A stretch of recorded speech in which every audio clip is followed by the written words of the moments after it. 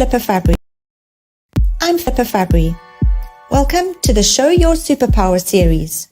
Conversations with engineers, entrepreneurs, creatives, founders, scientists, thought leaders, disruptors, and warriors. Here to provide insight into what differently able children can become, given the right environment, teachers, and parenting. Because just asking the right questions and listening to what our children need can turn real challenges into superpowers that can change their world. Here we go. And good evening, everybody. We are talking about Fragile X syndrome this evening. Welcome to the Show Your Superpower series with myself, Philippa Fabry. I'm an education consultant here in Port Elizabeth and one of the founding directors of Elson Academy. Tomorrow is Fragile X Awareness Day, the 22nd of July, and we decided to dedicate this episode of the Show Your Superpower series to raise awareness about Fragile X syndrome. And tonight is your opportunity, parents, to please help us to raise some awareness by sharing this particular episode with as many people as you can.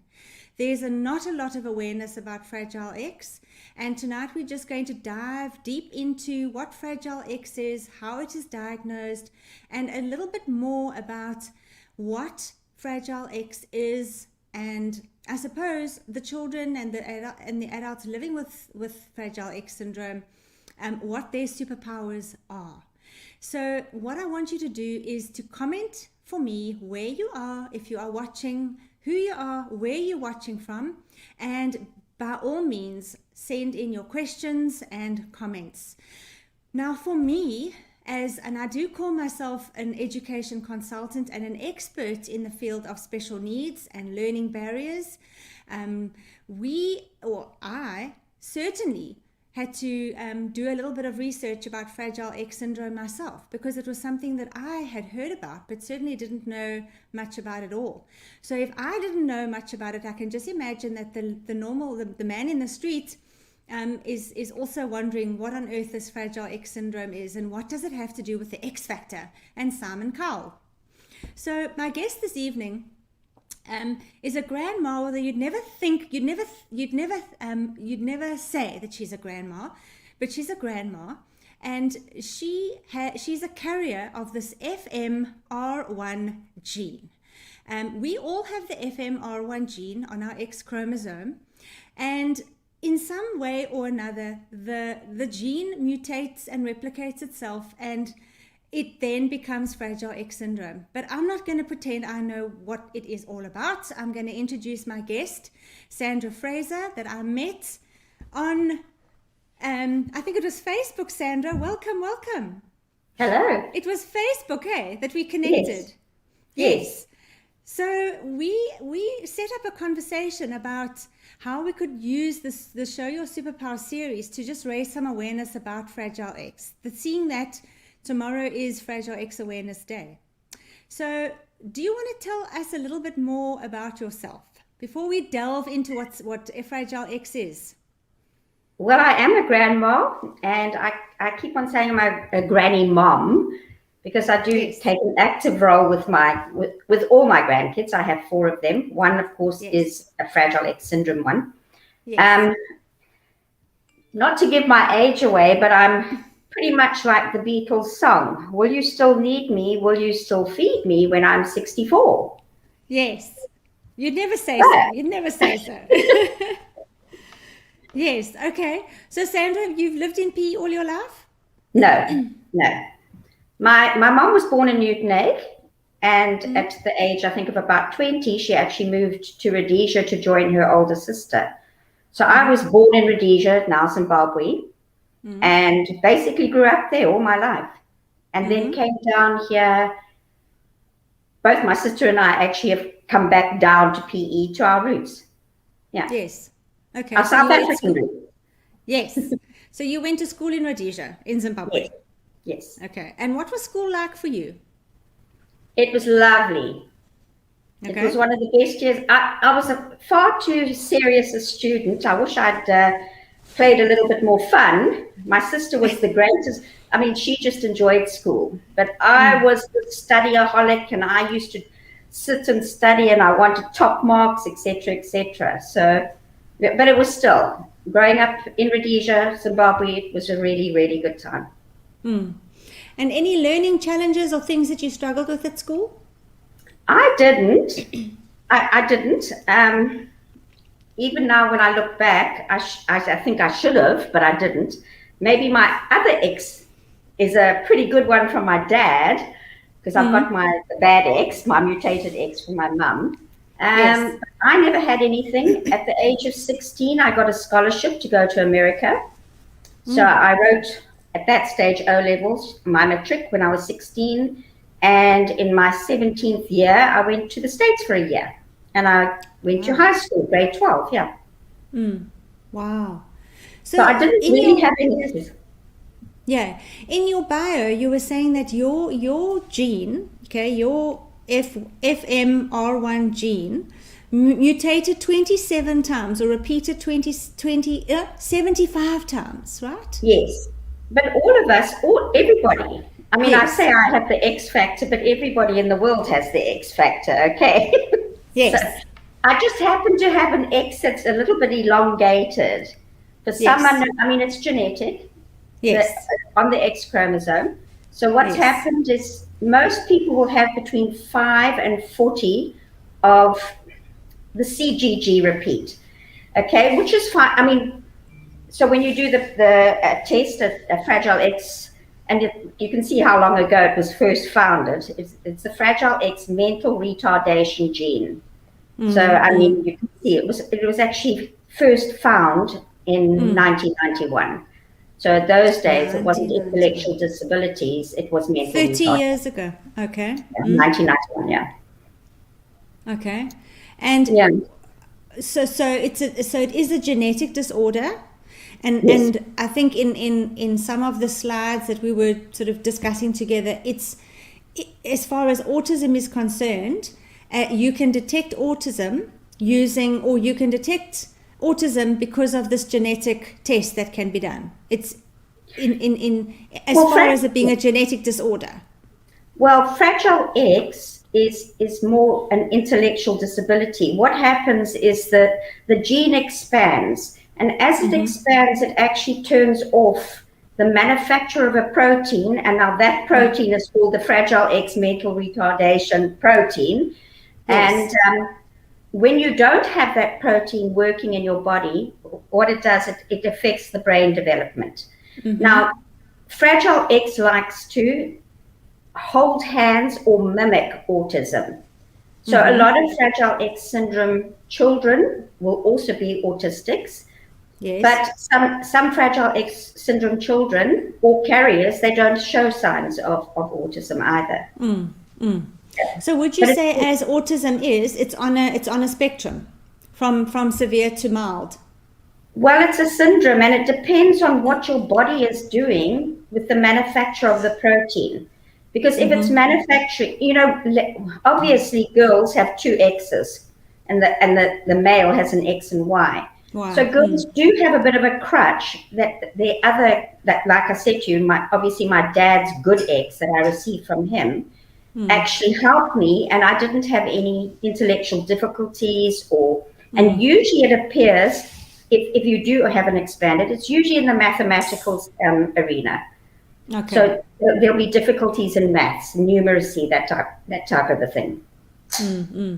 Okay, so getting back to your school years, so you never had any learning problems or any sort of, you didn't feel that you were struggling, and so because of that you went and got assessments or got any sort of, how did you discover this factor?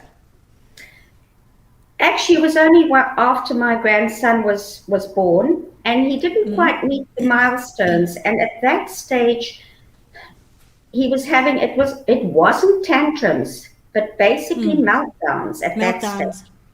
And just remember that a lot of the Fragile X syndrome, which my grandchild is so expanded on his X gene that there's very little protein. He does manufacture some because he does have some mental capacity, if I can put it that way.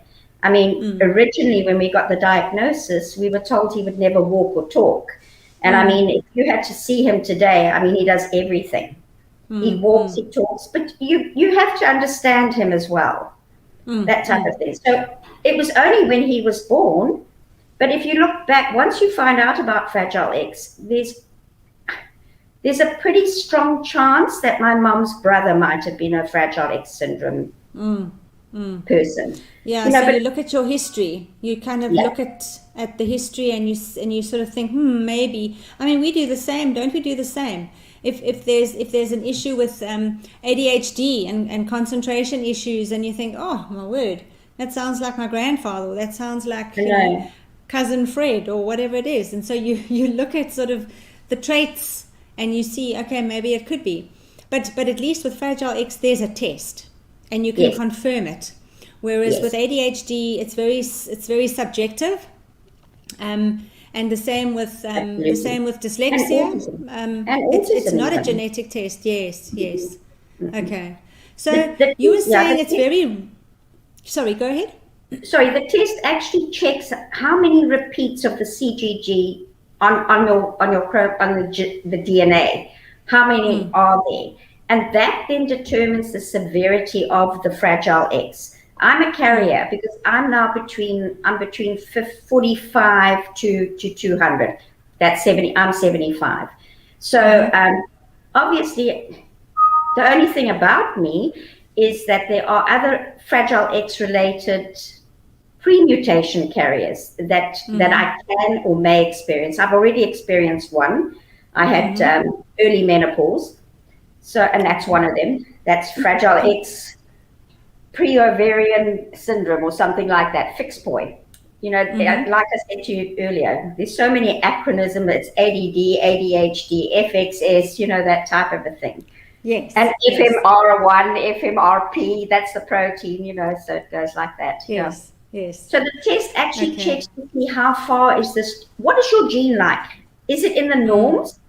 So like as soon, because it's genetic, it's good. Once you find it in the family, it's a very strong suggestion to go and test other members, because remember, as myself, as a carrier, I have a 50% chance of passing that on to my children, both male and female. It doesn't distinguish between the sex, doesn't the gender, nothing.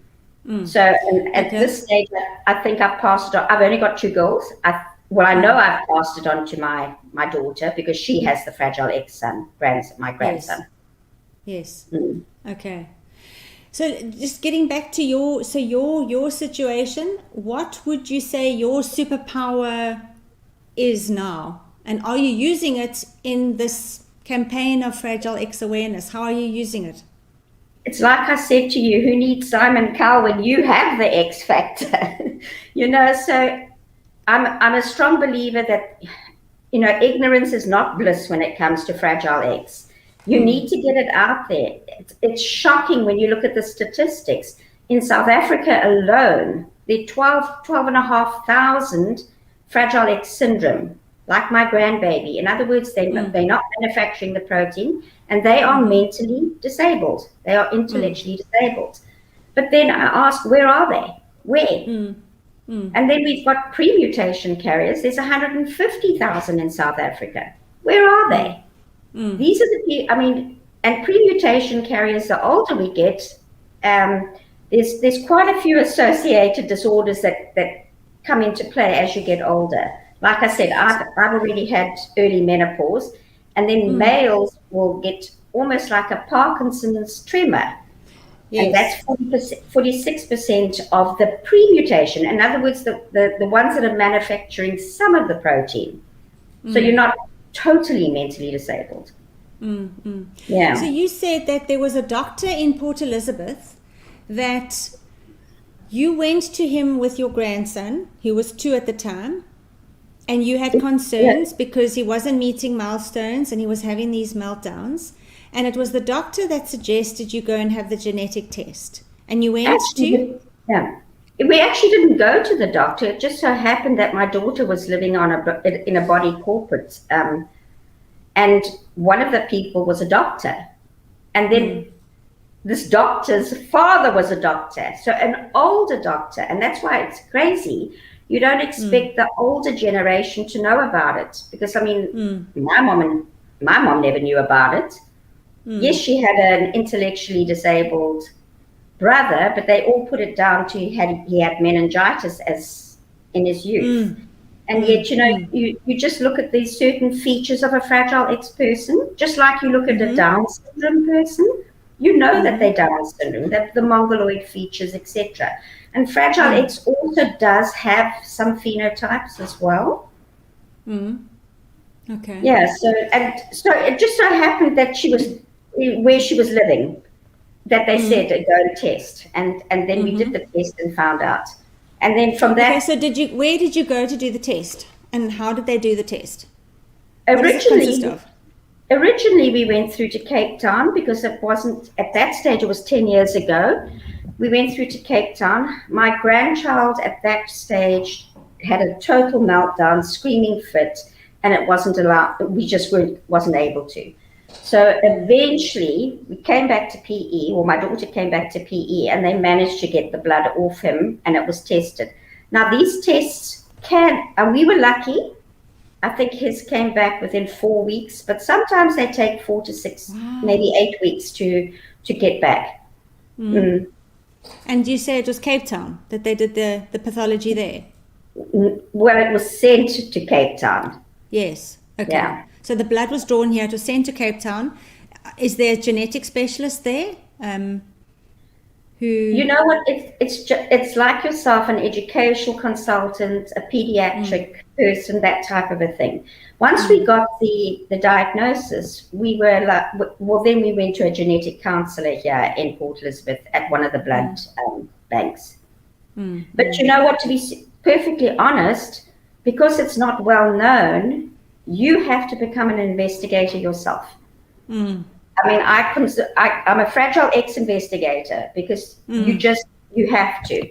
And we've been fortunate, my daughter and I, that we've had the finances to be able to go to America, to go to the National Fragile X Foundation, to go and to the conferences and meet the gurus, the experts in Fragile X. Otherwise, I think even now we would still be at a loss. Do you think there's more awareness about things like autism and, the more commonly seen and heard about syndromes or conditions than Fragile X? And why do you think that is? I don't know why it is, but you know what? Whether they're coming out the closet, but a lot more people are more open that they have a child that is different. I think, well, in South Africa, if you think about, there's 150,000 pre-mutation carriers, 12,500 Fragile X syndrome kids or people. Most of them must be in the townships or in the poorer communities, so they get left with Google, and left to their own devices. It's crazy because I'm in South Africa. I've got a WhatsApp group, and I run Fragile X South Africa, and yet we've only got 60 people on the group, and even the WhatsApp, I think there's 40 of us. And it's shocking. In Port Elizabeth, there are 250 Fragile X syndrome people. I know one. Okay, my grandson. So now there's 249 others out there. Where are they? But the pre-mutation. Okay, well, let's look at. There's a picture of the prevalence. Let's put the prevalence up there, just for people to have a look. The prevalence is number 3. It's number 3. Yeah. Okay. So it is passed through the genetics unknowingly. Okay. Correct. Which is exactly what we're saying. And then just like color blindness, I suppose, it's also something that isn't easily detected. And then there we go. So worldwide prevalence, 1 in 2,500 to 4,000 males, and 1 in 7,000 to 800 females are people that are affected by Fragile X syndrome. So that would be like your grandson. And then the female carriers, which would be you and your daughter, right, would be 1 in 130 to 250. and male carriers 1 in 250 to 800. So that's interesting that there are more male carriers than female carriers. That's interesting. There's more. And then the gray area variations as high as 1 in 38. Yeah. There's less male carriers because they only have one X gene. Okay, so yeah. But I mean, most people, if you think, because there's 1 in 350, or 250 actually, that are carriers. So I have 500 people on my Facebook page. So there's only 2 people that I should know that are carrier status. I know I'm a carrier. I know my daughter is. I know my granddaughter is. We've made sure that when she turned 18, we actually got her tested, and she's also a carrier. What's happened is mine is 75 repeats, my daughter is 83, and my granddaughter is 86. Do you see the expansion? It's getting closer and closer now towards the 200. And they say the higher up of the expansion, the more chance of a Fragile X syndrome child. Yeah. Okay. So guys, if you have any comments, if there's anything that you're wanting to find out about, now's the opportunity to just stick it in the comments. Hello, Joshua. Good to see you on board. And also just to say, we're wearing orange. We are clad in orange tonight with our nails and everything. And Sandra, what is the significance of the orange? Why have they chosen that color? No. Actually, it was Australia that chose the orange because every time we've gone to the States, it's actually a green or a teal color. But suddenly when we went to the San Antonio conference, the Australians started to wear orange. And I thought, you know what? The Southern Hemisphere needs to be orange. So I decided that it's going to be orange. Okay. So we joined with our Australian sisters. Yeah. Nice. Okay. So what is planned for tomorrow, being the 22nd of July? Well, I've got a 40-second little speech to talk about Fragile X in Africa. But there's a 2-hour video webinar conference going on where the actual gurus, the experts will be talking about actually obtaining a cure for Fragile X, because they're getting pretty close to that. The protein can get manufactured in the body. So once you do that, then the nervous system and the brain development can start happening in a Fragile X syndrome child. So I think it's next year they're actually going to start on human trials, because they've had great success with mice. That the mice actually manufacture, they almost bypass this expanded gene. So that's basically this year's July is raising awareness. It's a cure. They're wanting a cure. So we spoke about the prevalence. What are some of the common characteristics, I suppose, that parents could look out for or should look out for?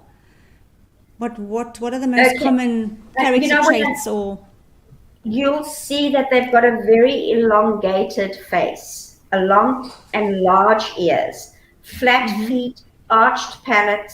I mean, in all honesty, some Fragile X syndrome children, adults, they're actually not very pleasant to look at. They're ugly. Fortunately, my grandson is gorgeous, but he does have those phenotypes. He does have the large ears. He's got the flat feet. There's inverted eyes. There's a lot of things that you just tell. And of course, there's intellectual disability, low muscle tone, signs of autism. It mimics autism, ADHD, ADD, that type of a thing. So for me, as soon as there's an intellectual disability or a developmental delay, I think people should start also looking at the other areas, especially in the genes, because the prevalence is fairly high. It's fairly high, but it's not known. Down syndrome has been able to, and that's on the 21st chromosome. So they've been able to get it out there. But with Fragile X, I think a lot of it it's misdiagnosed as autism or ADD or ADHD. This is the thing. Yeah, this is what happens. Yeah. Or undiagnosed. 100%.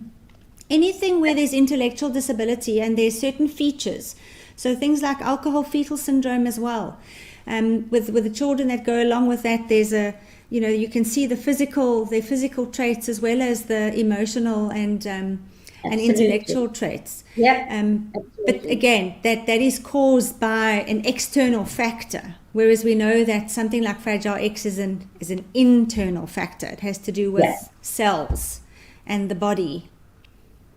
But it's interesting, fetal alcohol syndrome in South Africa is the leading cause of intellectual disability. So that's, and that's sad because it actually doesn't really need to happen.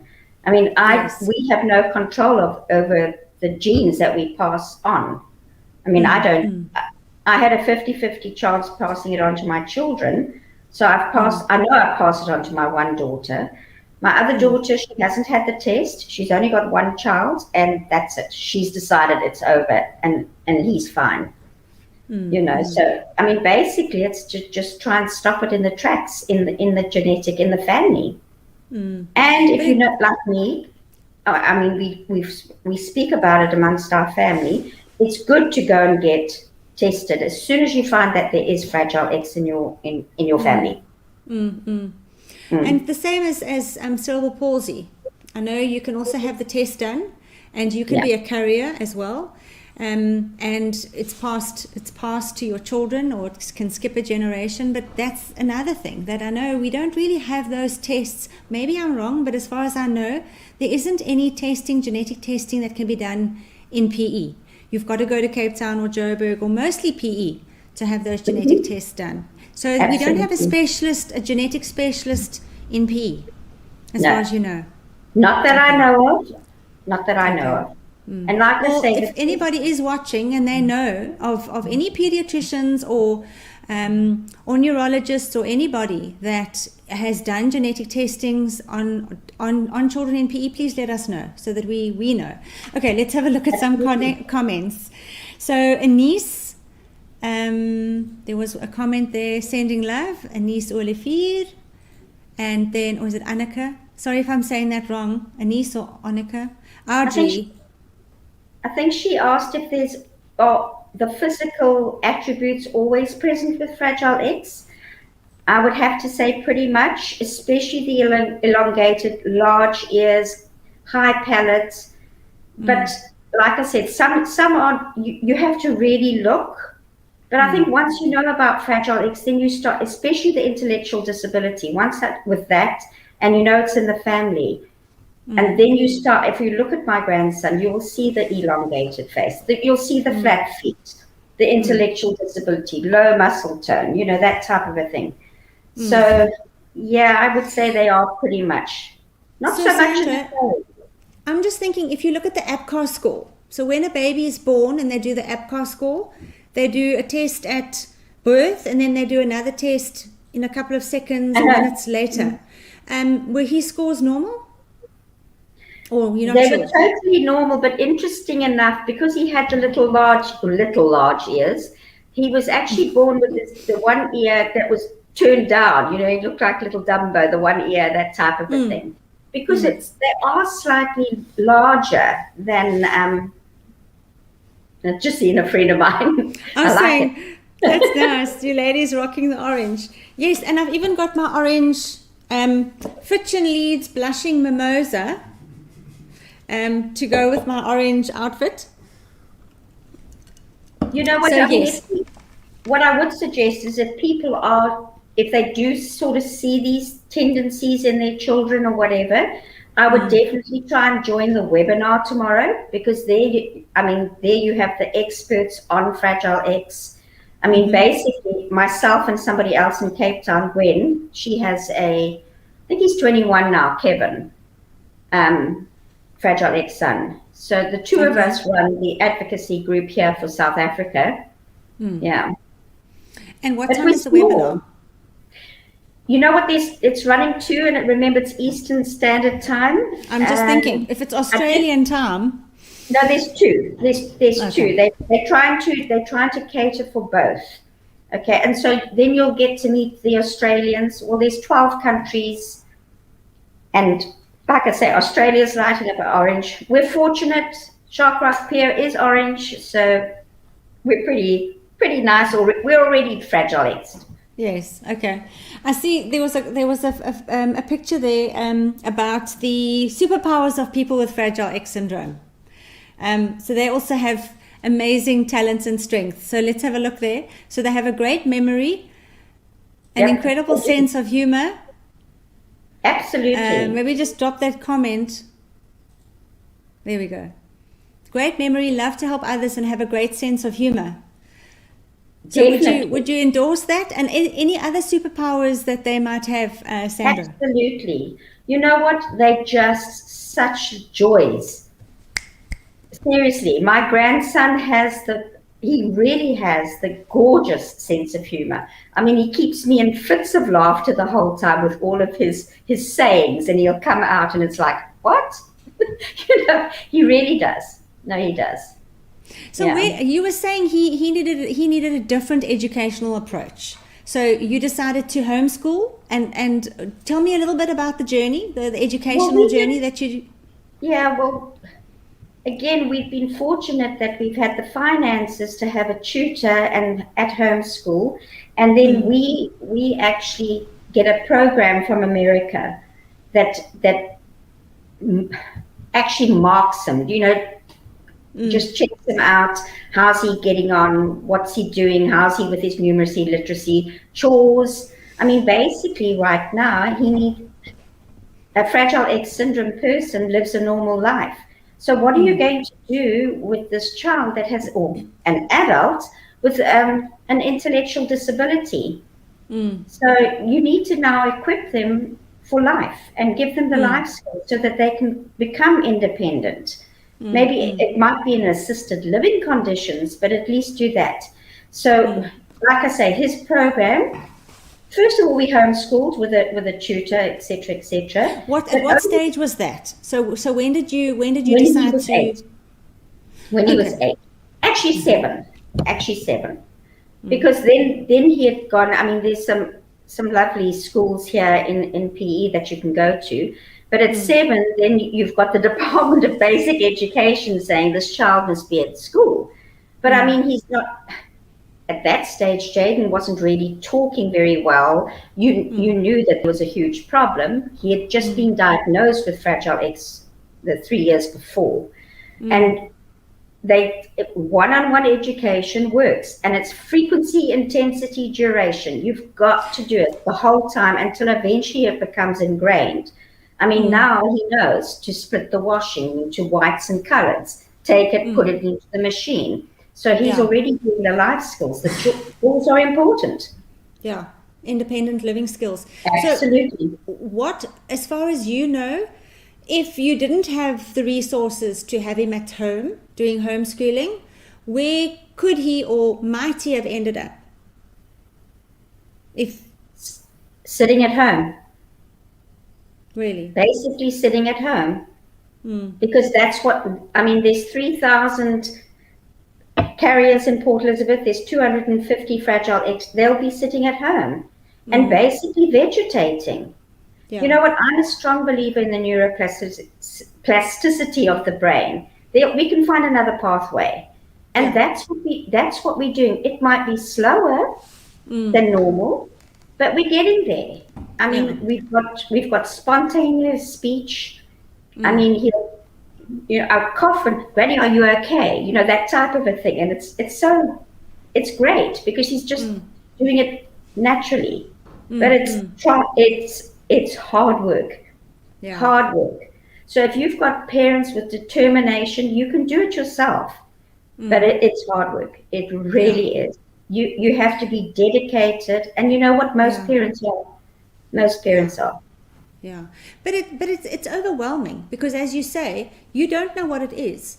So if you don't have a switched on GP or a switched on, I don't know, you go and have your checks at the clinic, or you go to the baby clinic and you get your vaccines, and you check up on everything, and you if it's not an obvious thing, you just know, look, he's not feeding nicely, or is not sleeping nicely, or is not doesn't seem to be able to hold up his head properly, or you as a mom have a gut feel that there's something not right because you're in a circle with other moms whose kids are, your antenatal group. I mean, we always had an antenatal group, so you'd go along together at your antenatal sort of catch-up meetings, and you'd compare your child to the other children in the, who are all born more or less the same time. Absolutely. And, heaven forbid that your child isn't doing as well as everybody else's children. Then all of a sudden it's, oh gosh, what have I done wrong? Oh, am I a bad mother? Maybe I didn't spend enough time doing X, Y, and Z, or whatever it is. So you then, off you go to the pediatrician, or off you go to your GP, and you say, listen, there's something wrong. And you'll either have the GP saying, oh, you're just being neurotic. It'll come, it's just maybe they're going to catch up eventually, don't stress. Yeah. Or you'll have somebody who's saying, yeah, let's go and delve in more. Let's go and look for more. And then you sort of go and you walk that journey of discovery of what could it be. And I can only imagine the amount of money that is spent trying to find what the problem is. Because if the pediatrician isn't picking it up and sends you off to the OT, then the OT does an evaluation and an assessment, and then they might not pick it up, and they think, well, the speech is an issue, so off you go to the speech therapist, and you go and have the assessment done there, and she says, no, it could be the hearing, so off you go to the audiology, and you get the audiology, and it's just, and the whole time, as a poor parent, you are sort of worrying about what could it be, and looking, researching, as you say. What did you call yourself? A researcher, an investigator. I'm not the FBI, I'm the FXI. Yeah. And that was your thing. That was your area that you were investigating. But you knew what it was. And how long before you knew what it was so you could name it? After trial and error, and literally a chance meeting with a doctor that actually said, and then we decided to just go and try for it. Once you start, and then you hear this word, then you go and look at it and you think, you know what, I think this could be my grandson, or this could be my son. But I can't tell you how many. Well, they say before you get a diagnosis, in most cases, before you get a diagnosis of Fragile X, you've had 10 visits to some therapist, doctor, or whatever, because it's just not commonly even thought of. Really. I'm now, what I am doing is that over the last 5 years, I'm also an educator myself. I did go and do teaching in the Christian schools and stuff.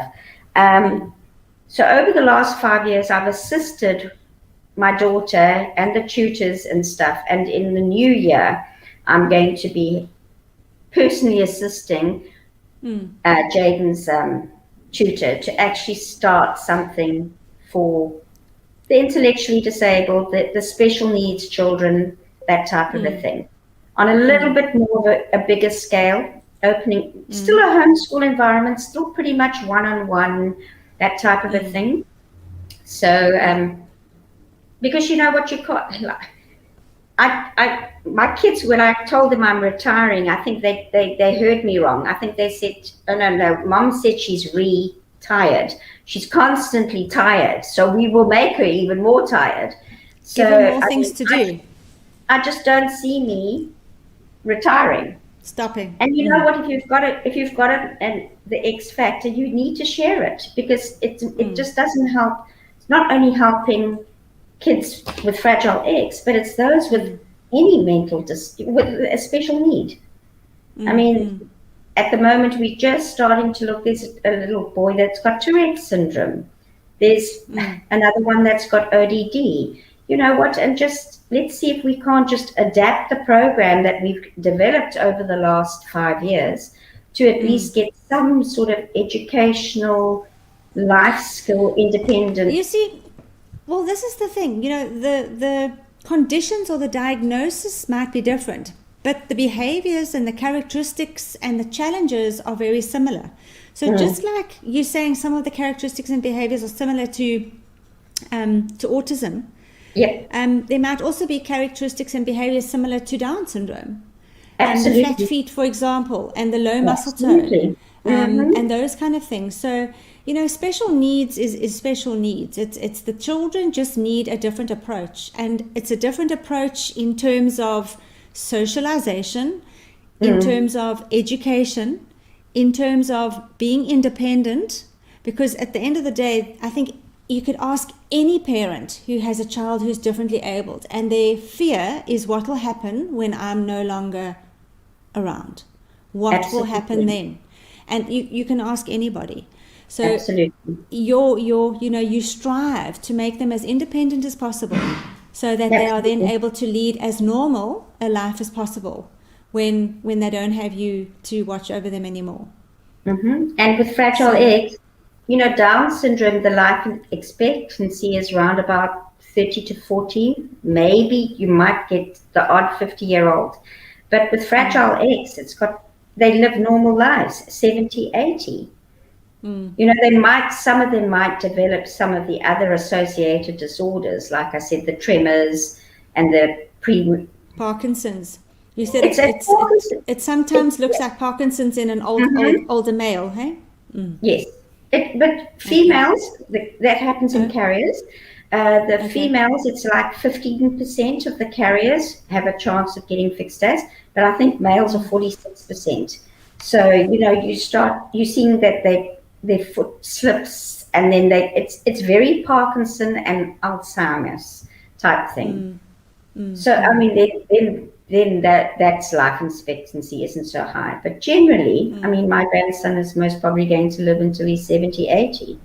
But by then his mom is now, 100 and whatever. Yeah, and he's got a sibling though. So he's 14 now, and his brother is 18. His brother's 18, and his sister is 22. Now his sister is a carrier. Yeah. But I mean, she's in Australia. She's studying fashion designing and I don't know, BCom or something like that, and loving it. And yet she's now more expanded than I am, but we've got a good X. We've got a crutch that helps us. A superpower. Superpowers. Yeah. So, what advice, giving the journey that you and your daughter have walked? What advice or sort of last closing words for parents who are listening? I mean, we've said, guys, if you could share this conversation with as many people as possible, so that we can just put the word out there. There are obviously a lot more people that have Fragile X syndrome that don't. Either they haven't been, it hasn't been detected yet, or it hasn't been diagnosed yet, but there seem to be a lot more. The prevalence is there. We're just not seeing the numbers. So just advice for parents, Sandra? First of all, just follow your gut. You just know that there's something wrong, and just don't take no for an answer. And then you know what? Just try your best. That's all you have to do, is just try your best. And my life motto is live, laugh, and love. And that's what you need to do. Because when you find yourself faced, and remember, I've passed this gene on to my grandson. So it's kind of a bitter pill to swallow, because it's, even though I didn't ask for it or whatever it is, you can only try your best. And like I say, we've homeschooled our grandson, but now we're going to just push it out a little bit to others, because I think it's not that we've got a winning combination. It's just trial and error, doing our best, finding what we can do for him. And like I said, we have been fortunate.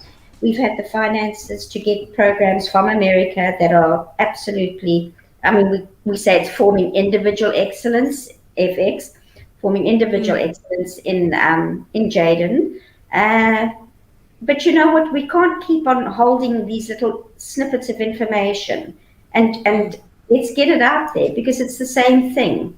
I mean, you tell a child enough times 1 + 1 is 2, you know what they're eventually going to say, 1 + 1 is 2. So the next time you see 1 apple + 1 apple, they're going to say 2 apples. And that's what we've seen. It's just constant repetition, frequency, intensity, duration.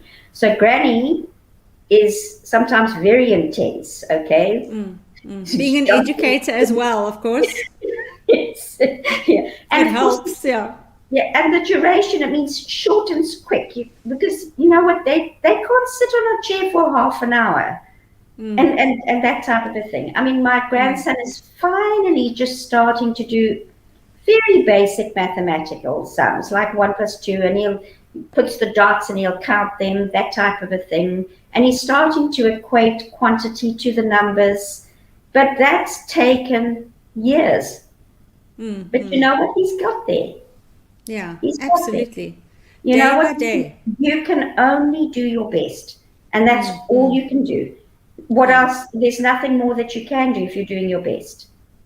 Well, that's the whole thing. It's about celebrating the effort, not necessarily the result or the outcome. It's the effort Absolutely. that goes into it. Celebrate the small successes and the wins along the way. But I think I think as a parent, as you say, it's that thirst for information. You just want to know what it is so that you can deal with it. It's the not knowing or the unknowing, but knowing that there's something that just doesn't feel right. So you just keep going at it until you have that name or that diagnosis or that condition, and then deal with the with what it is. And then go and see what suits your child. I mean, for us. Yes, I mean, for me, that sense of humor. I mean, my grandson has the finest sense of humor that you can get. And with that sense of humor, do you know how you can educate him? Because then you can be so funny, and then he'll come back with the same thing and suddenly come out with something, and you think, oh my word. Yeah, so it did actually go in somewhere along the line. It did, and you're thinking, because, I mean, there are days that, oh my word, I mean, you're ready to shoot yourself, okay? Yeah. Because you think, what am I doing? And then suddenly something will just click. And, I mean, we've been a year now on this particular program, forming his individual excellence. And honestly, I would say in the last 6 weeks, 8 weeks, something has clicked. But it really it's been hard work, So is it an individualized, self-paced curriculum? Yes. Including which subjects? Okay, at this stage, or just some? Well, at this stage it's got numeracy and it's got some literacy, but it's very much you reading a reference book. I mean, we prepare his own, a walk down Church Road, a walk on the pier, and we read it to him enough that he's now actually reading it back to us and pointing to the words. So you know that he's starting to, and then he'll say words. I mean, he loves the word poop, but anyway, I'm not saying anything else. And he'll point to the poop on the dog. Oh, Daddy poop, and then he thinks it's hilarious.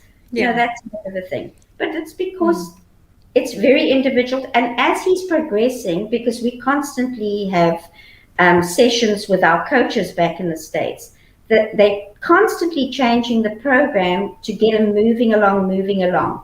But a lot of it is life skills. I mean, there's a lot chores, life skills. The academics don't take a backseat, but it's not the major feature. And yet, as the life chores, the skills, and just being busy, instead of just sitting there, we've noticed that the academics are slowly just coming in. And now I think we're up to number 20, and he can pretty much put 0 to 20 in order. For somebody who's intellectually disabled, I mean, his numbers is over 200 repeats. And he shouldn't really be, but it's frequency, intensity, duration, forming and individual repetition. repetition. Absolutely, forming individual excellence. Yeah. Sure. And you don't. Yes. And is this particular? So you say it's from the States, but can if there's a parent watching and is interested to find out more about that particular program, is there a website or somewhere you can get access to it? There is. It's the National Association of Childhood Development, NACD. Like I say, we found that program to be the best suited for Jaden, and also we get response. They actually see what he's doing in class, and then they say, no, stop that, rather do this, etc., etc. So it's nice to have an outside person looking in. Yes. Just like school, because I mean, your kids go to grade 1, grade 2, grade 3 and have different teachers, and you're getting a different perspective instead of just you actually sometimes getting despondent. So it's really nice because they're seeing the progress. They're also adjusting all along. So, I mean, but I think it's $275 a month, but it's worth, for us, it's worth every single cent. And of course we have a tutor. I don't think it's fair that he has me teaching him. I need to be his granny. That type. I mean, I'm his granny mom. That's what I'm called. So so it's good. Yeah. It's good to have a tutor and a thing. But like I said, we are going to try and start something very similar in the new year, and just do a little bit of individual things. Yeah. From home, or have you got a premises? We would like to have premises. So, but like I say, we're just starting now. Yeah, it would be good to have at this stage. Yeah, at home. Well, preferably at home, because then you can teach life skills, etc. And then you can and also have one-on-one classrooms and let the kids rotate. But also at least they're getting out in the sunshine and socializing. I mean, that's. I was just going to say, that's I'm all for homeschooling, but they need to still have other kids that they, are connecting with at some level. At some level, they do. I mean, a lot of the kids, I mean, they go to therapies and they go to the speech, the occupational, that type of a thing, but they don't really socialize. And the only social aspect is at home. I mean, like I say, it's been hard work. We're fortunate we can take my grandson to a restaurant and he'll sit there. I mean, he's got better eating habits than I have. I mean, he'll eat avos, cucumbers, broccoli. I mean, he really is. But it's hard work. I mean, there's days when we've gone to a restaurant and no ways can we even stay there one more minute longer because he's having a meltdown. Remember that Fragile X kids are very sensory. So high sounds. I mean, certain shops we don't go into because if it's a fluorescent tube, it like puts them onto a little bit of a tailspin. So you and you just watch. I mean, when we're in Woolworths, we just need to watch where we're going and that it's not above a fluorescent tube. We just move him out. And you can see it. His ears turn red, so he's self-regulating himself. I'm not, but when we see it but you need to be sensitive. You have to be sensitive to that because if you leave it, you're going to have a problem. But you know what? When I say it's your fault because the signs were there. Yeah, because he's already learned how to regulate. You can see it, and then you need to just adjust. But it's hard work. I think he's extremely lucky to have you in his life. You are his world.